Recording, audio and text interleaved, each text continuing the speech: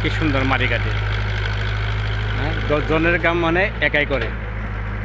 যেটা কিনা মাথা করে নেওয়া হতো সেটাই এখন দেখেন ভেটুতে কাজ করে। আর গরিব মেশের কীভাবে ক্ষতিটা হলো, কারণ এটা মাথা ছাড়া হতো না।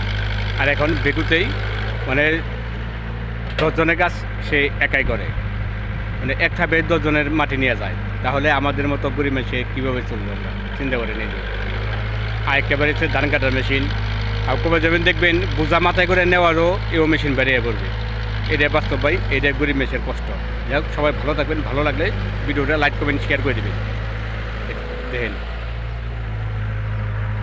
কি একটা দৃশ্য।